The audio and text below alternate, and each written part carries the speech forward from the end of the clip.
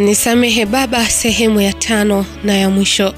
Naam, karibu katika mwendelezo wa simulizi inayokwenda kwa jina la Nisamehe Baba, simulizi iliyojaa visa na mikasa ya kusisimua. Simulizi yenye kisa cha kweli katika maisha haya, simulizi iliyojaa upendo, uongo pamoja na manyanyaso. Mtunzi na msimuliaji wa simulizi hii ni mimi Faraja Simkwai. Unaweza kunipata katika mitandao ya kijamii Facebook, Instagram, TikTok pamoja na YouTube. Napatikana kama Faraja Simkwai. Anayetuelezea kisa hiki ni kijana anayefahamika kwa jina la Moses Pesa Mbili. Ni kipi Moses alichomkosea baba yake hadi kufikia hatua ya kumwomba msamaha? Twende naye sambamba. Sehemu iliyopita tulishia pale ambapo Moses alimuaga mke wake Anastasia kwamba anaelekea kikazi mkoani, lakini hakumwambia mke wake ni mkoa gani ambao anaenda. Lakini ukweli ni kwamba kumbe Moses alienda kijijini kwao, alienda mkoani Kigoma kwa ajili ya kwenda kumwomba msamaha baba yake. Lakini pia alifanya hivyo ili akaugundue ukweli ni kipi ambacho kipo nyuma ya pazia ya mke wake, kwa sababu malalamishi mengi anayapata kutoka kwa ndugu zake wakimlalamikia mke wake kwamba ni mwanamke ambaye ana tabia mbaya, ni mwanamke ambaye hawapendi ndugu zake, ni mwanamke ambaye anaigiza maisha mbele ya mume wake huyo Moses. Kwa hiyo baada ya babake Moses kukaa nyumbani kwake, Moses alikaa muda mchache tu, lakini mateso aliyokuwa anayapitia pale Moses hakuwahi kutambua hata siku moja, hadi siku ilipofikia kwamba Moses alichezewa mchezo na mke wake, akamuona kwamba baba yake alikuwa anamnyanyasa mke wake kwa kumpiga kipindi akiwa yeye hayupo. Kwa hiyo maamuzi ambayo aliyachukua Moses ni kumfukuza baba yake nyumbani kwake, akiamini kwamba baba yake alimkosea pakubwa sana. Haiwezekani kumpiga mke wake, mwanamke ambaye alikuwa anampenda kwa dhati, mwanamke ambaye hakuwahi kuinua hata kidole chake kumgusa na kumuumiza mwanamke huyo. Basi baada ya kufika kule Kigoma, akamkuta Doris ambaye alikuwa ni dada yake wa kazi uko jijini Dar es Salaam. Hivyo Moses akaambiwa ukweli wote wa mambo yote ambayo yalikuwa yanatokea pale nyumbani. Akaambiwa namna baba yake ambavyo alikuwa ananyanyasika kutoka kwa huyo mwanamke wake ambaye yeye Moses aliamini kwamba ni mwanamke mwenye maadili mema ya Kitanzania, mwanamke mwenye heshima, mwanamke anayejali utu. Basi Moses baada ya kuambiwa ukweli akapiga magoti kwa ajili ya kumuomba msamaha baba yake. Alimuomba sana msamaha baba yake, lakini baba yake alisema hawezi kumsamehe mtoto huyo kwa sababu Moses tayari ni tajiri na babake Moses ni maskini. Ndio maana alipoenda nyumbani kwa Moses wakamgeuza kuwa mfanyakazi wa ndani. Hivyo babake Moses akamwambia ukweli mtoto wake kwamba hayupo tayari kumsamehe huyo mtoto wake. Cha msingi arudi nyumbani kwake akaendeleze furaha ya maisha yake na furaha ya ndoa yake, yeye pamoja na huyo mke wake Anastasia. Wakati wakiwa wanaendelea na maongezi, mke wake Anastasia akampigia Moses simu. Moses anasema, nilipokea simu ile na lengo na dhumuni la mke wangu kunipigia ilikuwa ni kuniuliza kwamba je, nilifika salama, na kama nilifika kwa nini sikumtafuta. Hivyo kwa kuwa bado nilikuwa na maumivu makali ndani ya moyo wangu, ikabidi nimdanganye kwamba nilifika, lakini nilipata ugonjwa, hali yangu haikuwa nzuri, hivyo nilienda hospitali, ndio maana nikashindwa kumtafuta. Basi baada ya kutumia uongo huo akasikitika sana kusikia taarifa zile kwamba nilikuwa naumwa, lakini moyoni mwangu upendo wangu tayari ulishaingia giza nene. Moyo wangu tayari ulianza kuwa na maumivu makali kwa kile ambacho nimekishuhudia kutoka katika simu ya yule msichana wa kazi Doris aliyekuwa akimrekodi matendo yote mke wangu aliyokuwa akimfanyia baba yangu. Kikweli kadri nilivyokuwa nazidi kuongea nikajikuta hasira zikizidi kunipanda. Yaani mwanamke huyu anajifanya ananipa maneno matamu, maneno yenye mahaba ya kutosha, maneno yake aliyoniathiri katika mwili, ubongo, hata akili yangu. Lakini nilijiuliza, amewezaje kufanya hivi mwanamke huyu? Hivi kama ameweza kumfanyia mzee huyu, mbali tu na kuwa ni baba mkwe wake, huku nyuma anafanya matendo mangapi ambayo mimi siyajui? Ni vitu gani vibaya ambavyo mke wangu anavifanya ambavyo mimi bado sivijui. Kiukweli nilikuwa na maswali mengi ambayo yalikuwa yanaumiza kichwa changu, lakini kwa wakati huu niliona ni bora nimuombe msamaha baba yangu. Niliona ni bora nimalize tofauti yangu kati yangu mimi na baba yangu mzee Pesa-Mbili. Niliomba baba aite kikao cha familia ili tuweze kukaa tujadili vizuri swala hili. Ni kwa sababu sikuwa tayari kabisa kumpoteza baba yangu. Sikuwa tayari kabisa kumuumiza baba yangu. Sikuwa tayari kuwa na tofauti ya baba yangu pamoja na ndugu zangu wengine. Basi nikaendelea kumuomba msamaha baba. Nikamwambia baba yangu, unanijua fika mimi mtoto wako. Umenikuza tangu nikiwa mdogo. Hata siku moja baba yangu sijawahi kukuvunjia heshima. Sijawahi shusha thamani yako wewe mzazi wangu. Najua ni namna gani ambavyo umepambana. Mimi si kitu mbele zako babangu. Mimi si chochote mbele yako babangu. Nawezaje kukufanyia mambo kama haya ingali nikijua kabisa umenipambania hadi mimi kufikia katika hii level niliyokuwa nayo? Kama si wewe baba, mimi huu utajiri ningeutoa wapi? Maisha haya mazuri ambayo naishi sasa hivi ningeyapata wapi babangu? Unajua fika mtoto wako hujanilea katika hayo maadili. Na kuheshimu baba, si wewe tu, na kuheshimu wewe pamoja na ndugu zangu. Na heshimu mkubwa, mtoto na wale ambao tuko nao lika moja. Kwa nini nije nikufanyia wewe mzazi wangu? Baba yangu nikupendae, mshauri wangu. Kwa nini baba?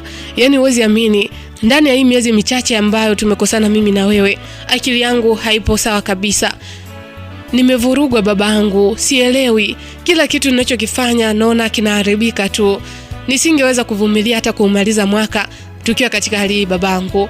Ujue mimi mtoto wako, kama nilivyokuambia, nakupenda sana baba yangu. Wewe ni mfano bora sana kwangu.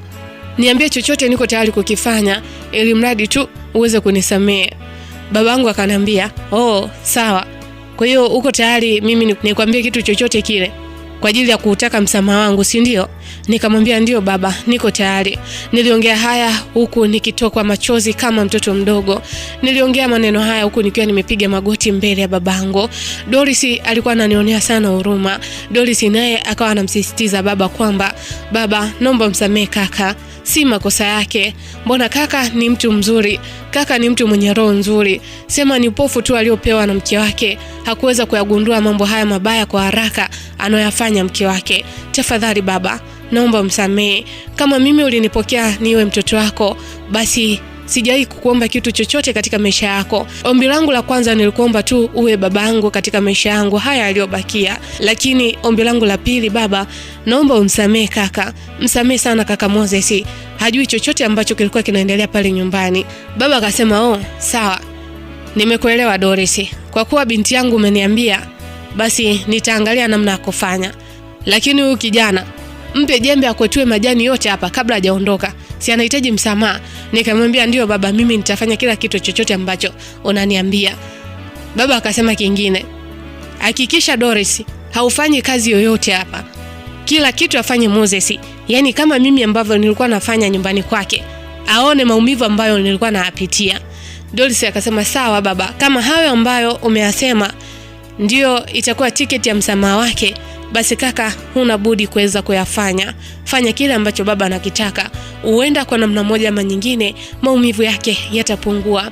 Ameteseka sana baba nyumbani kwako. Ni vile tu mimi nilikuwa mfanyakazi wako. Niliogopa kuongea kwa sababu kwa kuhofia kuivunja ndoa yenu. Kwa sababu ndoa yenu inaonekana ni ndoa yenye amani pamoja na furaha. Kwa hiyo sisi wengine tulionekana ni kama wavamizi tu katika ndoa yenu. Nikamwambia, "Sawa dada Doris, haina shida. Naomba nipatie jembe nisafishe uwanja. Usifanye kitu chochote kile, nitafanya mimi. Nitapika, nitafua, kila kitu nitakifanya. Lakini kesho kutwa babangu naondoka naenda kazini. Niliomba mapumziko tu ndani ya wiki moja. Kwa hiyo naomba chochote kile ambacho utataka nifanye ndani ya hii wiki, niambie babangu, ili mradi tu nikuache ukiwa mtu mwenye amani na furaha. Urudishe upendo wako kama zamani. Urudishe imani yako kwangu kama ilivyokuwa zamani. Baba yangu, nimekukumbuka sana. Nimekumbuka ucheshi wako. Nimekumbuka ushauri wako. Nimekumbuka kila zuri ambalo umenifanyia mimi mtoto wako. Tafadhali baba, nakuomba niko chini ya miguu yako." Baba akasema, "Sawa. Haina haja ya maneno mengi. Wewe fanye kile ambacho nimekuambia." Nikasema sawa. Lakini nilihisi ni kama ni maigizo ambayo yanaendelea. Nilimtafakari sana mwanamke yule. Nilimtafakari sana Anastasia. Yaani Amesahau kama na yeye ametoka katika kijiji hiki, tena ametoka katika mazingira magumu sana. Nilifuata ushauri wa rafiki zangu, waliniambia kwamba mwanamke bora ni yule mwanamke anayetoka kijijini, tofauti na wanawake wa mjini, kwa sababu wanawake wa mjini wengi wao wanafuata pesa, lakini mwanamke wa kijijini anajua nini ambacho anakifanya, anajua ni nini maana ya ndoa. Sifa nyingi ambazo nilizisikia kutoka kwa wanawake wa vijijini, niliamini kwamba kumpata Anastasia basi nimepata mwanamke aliye bora, chaguo zuri katika maisha yangu. Lakini ilikuwa ndivyo sivyo. Na nyumbani kwao ni kijiji cha pili kutoka hapa ambapo sisi tunakaa. Kiukweli nilijisemea moyoni kwamba tunavuna chuki mahali tulipowekeza upendo wetu, tunavuna dharau mahali tulipoweka heshima zetu, tunavuna vita mahali tulipoiweka amani yetu, tunakataliwa mahali ambapo tuliweka matumaini yetu, tunaachwa na watu ambao tulizani watakuwa wenzetu, tunabaguliwa na watu ambao tulizani ni wetu, kumbe watu wana watu wao. Tunavuna masimango mahali ambapo tuliwekeza mioyo yetu, tunakejeliwa na watu ambao tukikaa nao wanatosifia sana. Ila yote kwa yote, hii ndio dunia, yaani watu ni wengi ila binadamu ni wachache. Kiukweli moyo wangu uliendelea kuumia sana kwa yale yote mabaya ambayo mke wangu amemfanyia baba yangu. Nilikuwa najisemea mengi sana moyoni mwangu, yaani nilikuwa sina tena uwezo wa kuendelea kumpenda mke wangu Anastasia, sababu kubaki kwake katika maisha yangu niliona ndio kwanza nafuga kidonda cha moyo wangu. Kiukweli mke wangu Anastasia hayupo tena katika moyo wangu, wala hisia zangu hazipo tena kwake, na hata akili na matarajio hayapo tena kwa upande wake. Sawa, japo kinyonge nimeagundua mambo haya wakati bado nampenda mke wangu, lakini itabidi tu aende, kwa sababu akili haiwezi kuwa kama mwanzo, hata hisia zangu kwake haziwezi tena kuwa kama mwanzo. Basi baada ya siku 2 kukaa pale nyumbani, siku ya 3 baba aliitisha kikao cha familia. Kiukweli ndugu zangu walinisema sana, waliongea mambo mengi mabaya yanayomhusu mke wangu. Walisema sana, wakaniambia kwamba kaka, maisha yanabadilika, maisha ni kama gwaride, leo kwako kesho kwetu. Sisi ndio ni maskini, hatukubahatika kusoma, ni kwa sababu tulifeli kuendelea na elimu ya juu zaidi, lakini wewe Mungu alikusaidia ukaendelea na elimu, ukafaulu, kisha ukapata kazi nzuri, ukapata mke mzuri. Lakini kwa nini ukumfundisha mke wako namna ya kupenda ndugu zake? Au na wewe ndivyo ambavyo unawafanyia ndugu wa mke wako? Nikamwambia hapana, mimi siwafanyii hivyo ndugu zangu. Yaani mnanijua fika tangu nikiwa nakaa hapa nyumbani, mimi sina roho ya ubaguzi.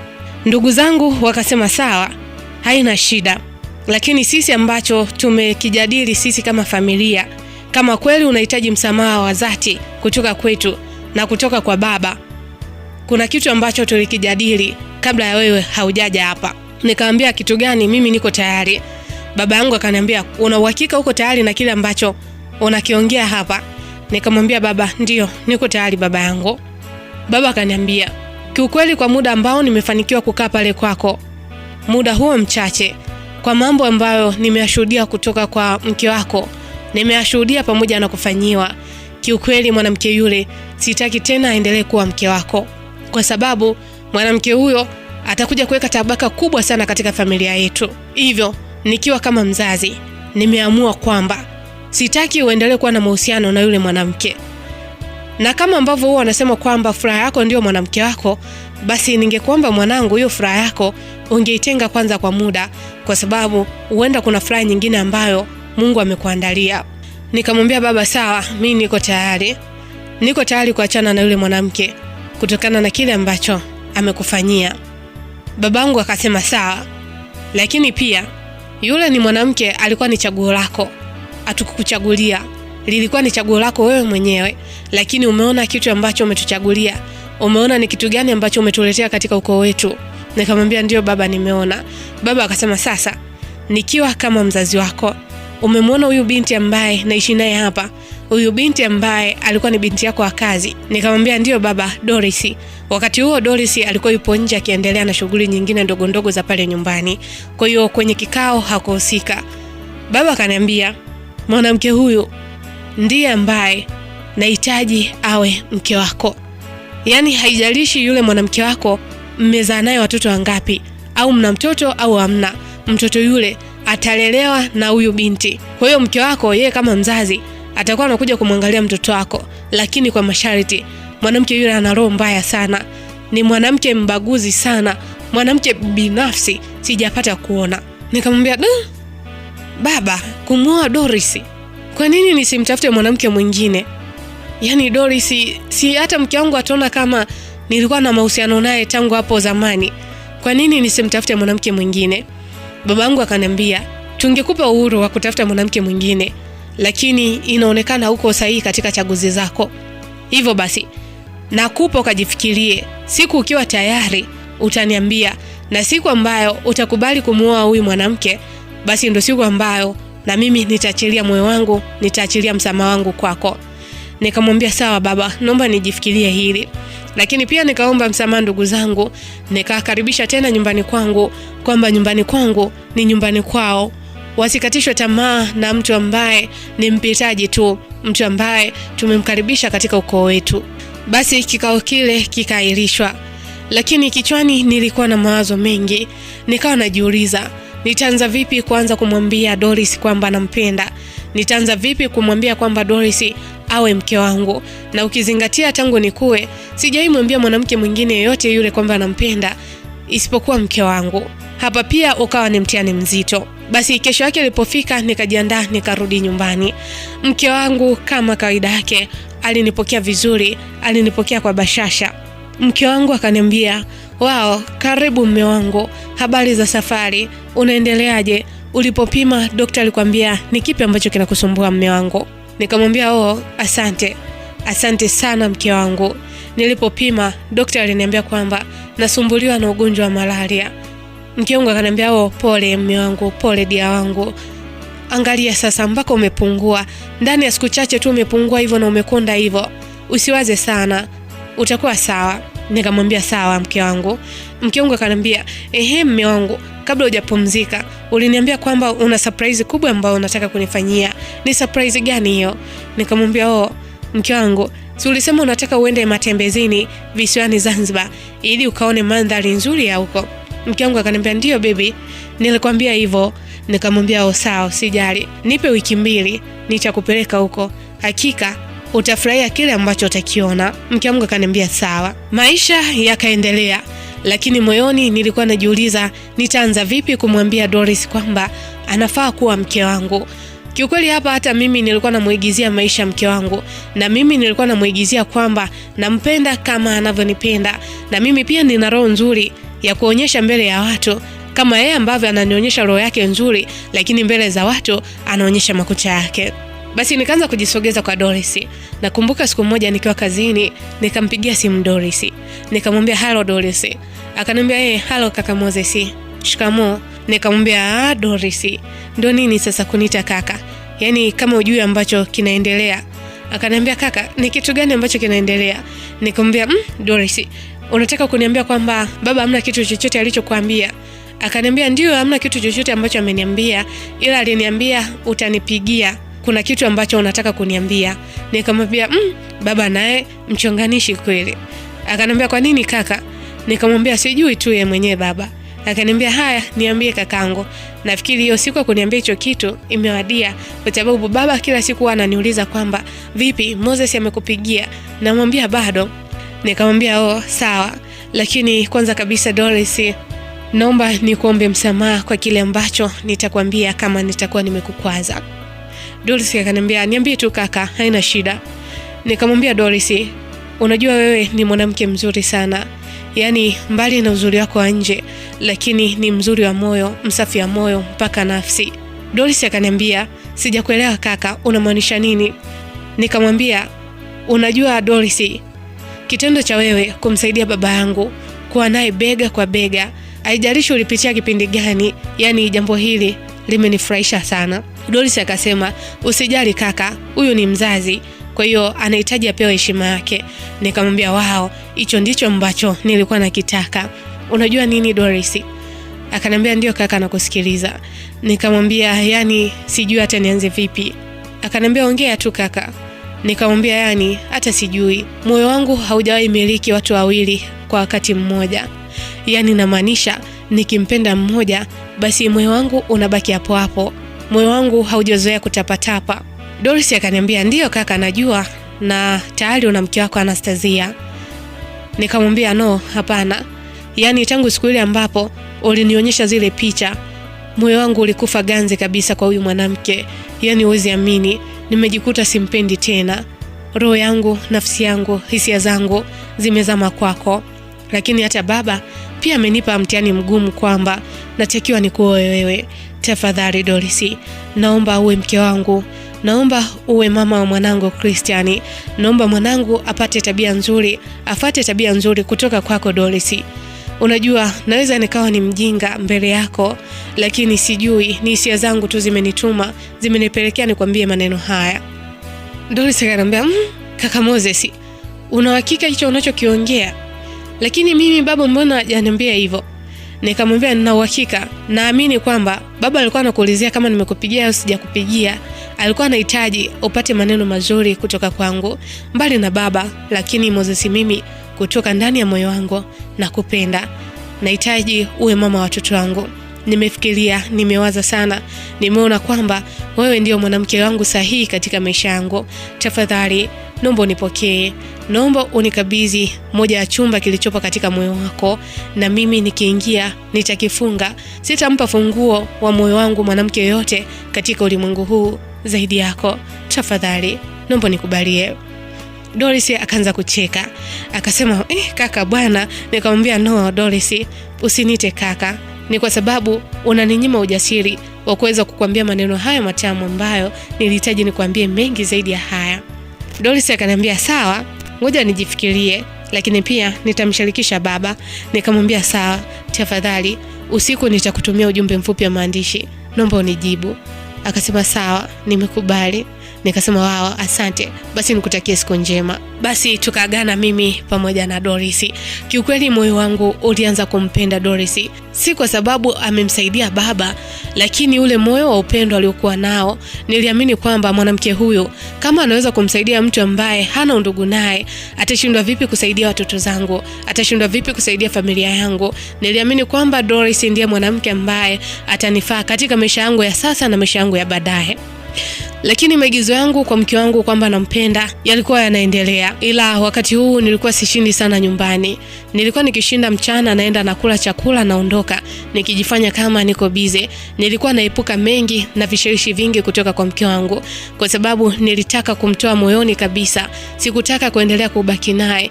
Basi Doris aliongea na baba akamwambia ukweli. Basi Doris baada ya kumwambia baba kile ambacho nimemwambia, baba akanipigia simu. Akaniambia, "Safi sana mwanangu. Safi. Wewe ndio kijana wangu ambaye ninamtaka. Huyu ndio kijana wangu sasa. Unasikiliza kile ambacho babako anakuambia. Haya, tufanye taratibu swala la ndoa lipite chap kwa haraka."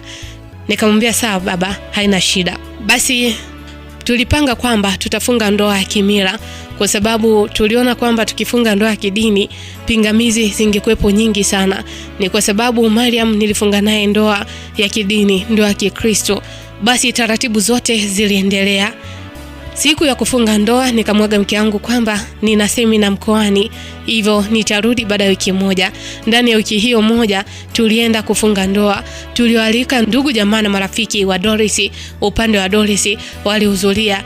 Japo ilikuwa ni ndoa ya kimila, lakini ndoa ile ilifana sana. Hivyo nikampangishia hoteli huko visiwani Zanzibar. Nilimpangishia hoteli kule, atulie, afurahi, ajivunie kuwa na mimi, hata sijute kwa nini nimemuoa. Na nilipanga kumfanyia surprise kubwa sana mke wangu. Basi siku hiyo nilipanga kufanya party fupi sana. Niliwaalika marafiki zangu pamoja na ndugu zangu. Niliwaalika huko visiwani Zanzibar. Niliwakodia hoteli kubwa na kifahari, hoteli ambayo ilikuwa na ukumbi mkubwa kabisa. Basi baada ya hapo nikamfuata mke wangu Anastasia. Nikamwambia mke wangu, "Jamani, pole sana. Pole mke wangu kwa kuwa miezi hii michache nilikuwa bize sana, hadi nikajikuta nimekuwa bize kuilinda familia. Nimekosa muda wa kuilinda familia. Nisamehe sana mke wangu." Mke wangu akaniambia, "Usijali mme wangu, usijali kabisa. Najua unatutafutia maisha, unatafuta kwa ajili yetu." Nikamwambia, "Sawa, haina shida." Nikamwambia, "Sasa mke wangu, unakumbuka kuna siku nilikuahidi kwamba nitakupeleka visiwani Zanzibar ukaenjoy. Akasema wow baby, usiniambie ile siku ndio hii hapa imetimia. Nikamwambia aswa, yani hata bila kupoteza muda, jiandae twende, kwa sababu usiku tuna jambo letu sisi wapenda nao. Akaniambia wow, asante kipenzi. Nikamwambia haina shida mke, jiandae. Basi akajiandaa, tukaelekea visiwani Zanzibar. Usiku wa siku hiyo ulikuwa ni usiku wenye historia. Ukumbi ulikuwa umepambwa sana, yani mpaka Anastasia akawa anashangaa ni kipi ambacho kinaendelea pale. Yani alihisi kwamba kuna kitu ambacho kinaendelea, mpaka akaniuliza, "Mume wangu, mbona hii party umeifanya kiukubwa sana? Ni kama unanioa kwa mara ya pili?" Nikamwambia wao, "Hata usijali mke wangu, subiri tule, tunywe, alafu mambo mengine yataendelea." Basi watu walikula, wakanywa, wakasaza. Baada ya hapo nikaomba kipaza sauti ili niweze kuongea machache. Niliomba maiki ile ili niweze kumtamkia maneno mazuri mke wangu mpya anayekwenda kwa jina la Doris. Siku hiyo Doris alikuwa amependeza sana, na hata mke wangu Anastasia hakumgundua. Nikaanza kwa maneno haya. Nilisema kwamba mke wangu mpendwa, najua unajijua, na pia najua unajua maneno haya ni kwa ajili yako na si mtu mwingine yeyote yule. Maneno haya niliongea yakiwa anamlenga mke wangu Doris. Nilimwambia mke wangu, hii dunia nishaona wengi, lakini katikati yao nimekuchagua wewe kipenzi, uwe wangu. Nilikotoka moyo wangu haukuwahi kuwa wazi dia, ila kwako acha niwe muwazi. Nimeshazama na sitamani kutoka kwako la azizi. Sitamani kuchoka kukueleza ni jinsi gani nakupenda, wala sitamani kuwa mbali na wewe darling, sababu uwepo wako ndo fahari katika maisha yangu dia. Naomba nithibitishe tu kwamba kipenzi changu, huu moyo wangu hauna haja na wengine, sababu wewe unanifaa na kunitosheleza, hauna mpinzani kwangu, tamba na ulinge my love. Mke wangu Anastasia alipiga kelele, wow, asante mume wangu jamani, asante sana. Asante kipenzi changu, asante kipenzi cha moyo wangu. Yani sijategemea kwamba unaweza kunifanyia vitu vikubwa namna hii. Asante sana mume wangu, asante, nakupenda. Nikamwambia asante pia kwa kusikiliza maneno haya matamu, lakini pole sana Anastasia, maneno haya si ya kwako, ni maneno ya mke wangu Doris. Anastasia alishtuka. Mke wako Doris? Doris yupi? Doris mfanya kazi? Hebu sinitanie Moses. Yani imekuwaje wewe na Doris ukamwita mke?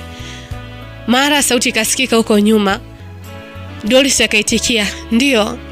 Asante sana mume wangu kwa maneno matamu ambayo umenipa. Naahidi daima nitakupenda wewe peke yako. Nitaitumia nafasi hii kadri niwezavyo. Sitaipoteza nafasi hii kama wengine ambavyo walijaribu kupoteza nafasi zao. Anastasia alicharuka sana. Akaniambia haiwezekani Moses. Kwa nini umenifanyia hivi? Wakati Anastasia analalamika, Doris kwa mwendo wa madaa akawa anasogea pale mbele ambapo nipo. Kwa bashasha na tabasamu tele akaja akanikumbatia. Baada hapo akaniachia, kisha akatabasamu na kugeukia mbele kuangalia watazamaji. Kiukweli ilikuwa ni kama movie la Kihindi. Kila mtu alikuwa anatamani kujua ni nini ambacho kinaendelea. Nikamwambia hata usijali mke wangu, usijali Anastasia, ni kwa sababu umenificha mambo mengi kwa kigezo cha upendo, lakini wanasema mwisho wa ubaya ni aibu. Nikamwambia MC, naomba unisaidie kuplay hiyo movie ambayo iko hapo. Basi MC akaenda kuplay ile movie. Nilikuwa nimempa flash. Anastasia kuamini kile ambacho alikiona mbele ya macho yake. Aliona kila kitu ambacho alikuwa anakifanya, aliona kila kitu ambacho alikuwa anamfanyia baba yangu, kila kitu kilikuwepo wazi. Kila kitu ambacho alikuwa anawafanyia ndugu zangu, kila kitu kilikuwepo wazi. Niliamua kumuonyesha dhahiri kwamba niliyagundua mambo yote haya, lakini na mimi niliigiza uhalisia wa maisha yake ya kuigiza kama nampenda, kama yeye ambavyo alikuwa ananiigizia. Anastasia alilia sana. Alilia huku akiniomba msamaha, tafadhali Moses, naomba unisamehe. Mimi ni binadamu. Hili ni kosa la kwanza. Siwezi kurudia tena mume wangu. Kumbuka tulikotoka. Nitenda wapi mimi? Nitenda wapi? Nitafanya nini kipenzi changu? Naomba rudisha moyo wako nyuma. Usinifanyie hivyo. Basi hata kama unaoa, mwanamke mwingine. Doris, wewe ndio umeyafanya haya. Kumbuka Dorothy nawe pia ni mwanamke. Ni mwanamke kama mimi. Kwa hiyo kila kitu ambacho nilikuwa nakifanya Dorothy, ulikuwa unarekodi. Kumbe ulikuwa unamtaka mume wangu, si ndio? Dorothy akasema, wala dada, hata mimi sikumtaka mume wako, ila hatima ndio ilitaka mimi niwe na mume wako.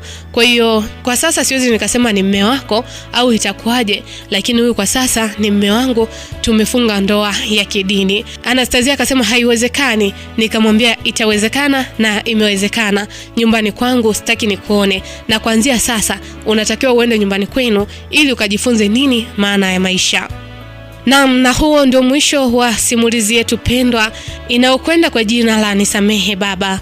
Mtunzi na msimuliaji wa simulizi hii ni mimi Faraja Simkwai. Unaweza kunipata katika mitandao ya kijamii Facebook, Instagram, TikTok pamoja na YouTube. Napatikana kama Faraja Simkwai. Nisamehe Baba ndio mwisho wa simulizi yetu. Tukutane tena katika simulizi nyingine, simulizi nzuri, simulizi yenye visa na mikasa ya kusisimua.